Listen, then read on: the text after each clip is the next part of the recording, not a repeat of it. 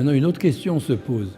C'est qu'on parle maintenant de quelqu'un qui voudrait aller faire Idbodedut, c'est-à-dire aller dans un endroit, si possible dans la forêt ou dans les champs, mais même sinon, comme a dit Rabbeinu, même il peut aussi faire dans une chambre fermée.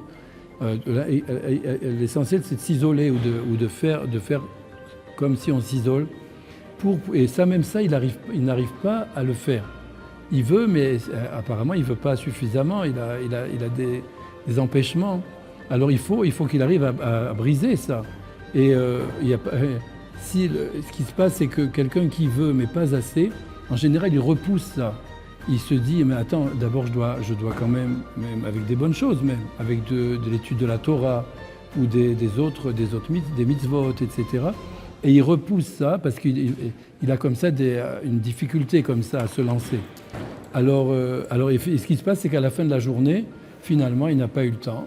Alors, qu'est-ce qu'on peut faire? Il faut bien, sauf il tombe de fatigue, il faut rentrer à la maison, il faut s'occuper, etc. Il faut se coucher, etc. Et hop, la journée est passée sans Idbodedut, alors que Rabbi Nachman a insisté qu'il ne passe pas un jour sans Idbodedut.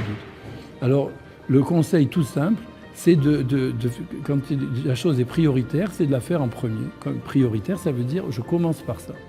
Et il commence vraiment, il se dit, je commence par Idbodedut. Et il verra à ce moment-là que même, ça ne va même pas être au détriment des autres choses. Il va avoir comme ça une bracha, une bénédiction dans cette décision qu'il a prise sur lui, de commencer par Idbodedut.